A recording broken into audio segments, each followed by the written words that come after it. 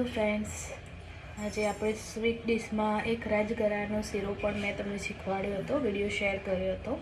અને આજે આપણે બીજો શીરો બનાવીશું, ઘઉંના લોટનો શીરો. જે લોટને આપણે અધકચરું પીસી લીધું છે, જે કહેવાય ને કે લાડવાનું દળેલું હોય તેનો શીરો બનાવીશું આપણે. તો ચલો મિત્રો, આપણે જોઈ લઈએ.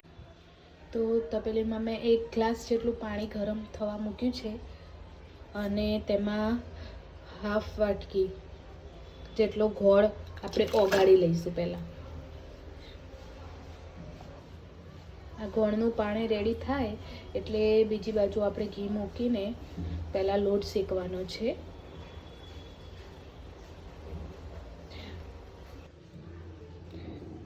થોડું અડધી વાટકીથી થોડું ઓછું ઘી નાખી તેને ગરમ કરી લઈશું. ઘી મેલ્ટ થઈ ગયું છે તો તેમાં 1 વાટકીનું માપ છે, 1 સરખી વાટકીનું માપ છે. તો અંદર ભરેલું નાખી દઈશું અને બરાબર મિક્સ કરી લઈશું.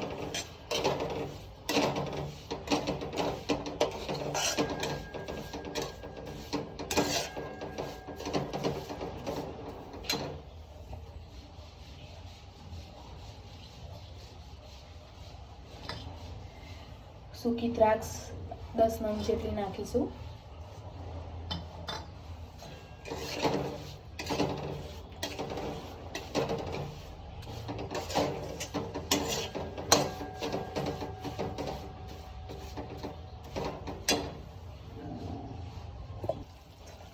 ઘી છૂટે નહીં અને દ્રાક્ષ ખીલી ના જાય ત્યાં સુધી આપણે ઘઉંના લોટને ચડવા દઈશું અને થોડી વારે તેને હલાવતા રહેવું, જેથી નીચે ચોંટી ના જાય અને બધી બાજુથી સરસ એવો શેકાઈ જાય લોટ.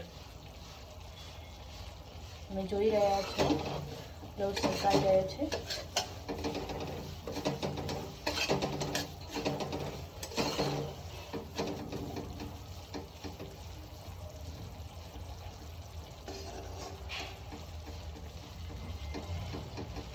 દ્રાક્ષ ફૂલી જાય તો સમજવું કે આપણો લોટ પાકી ગયો છે. તે એક ખાસિયત છે, મારા બા છે એ એવું કહેતા, મને એવી રીતે શીખવાડતા.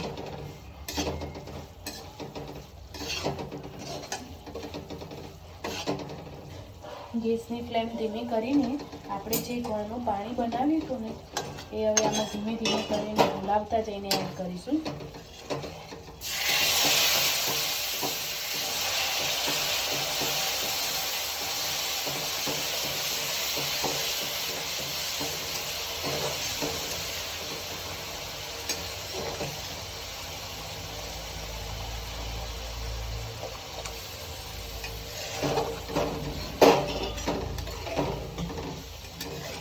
સારી રીતે મિક્સ કરી નાખીશું.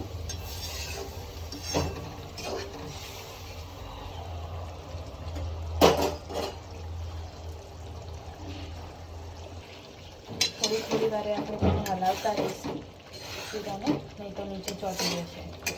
પણ આ શીરાને વધારે પણ હલાવવાનું નથી, નહીં તો ચીકણો થઈ જશે.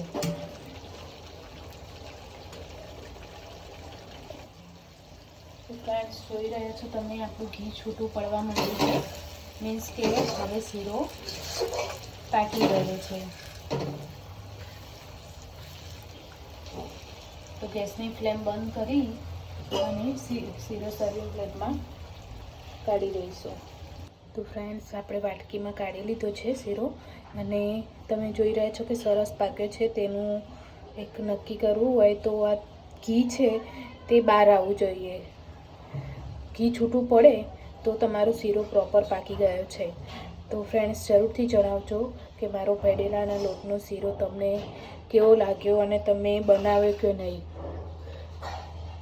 Bye bye friends.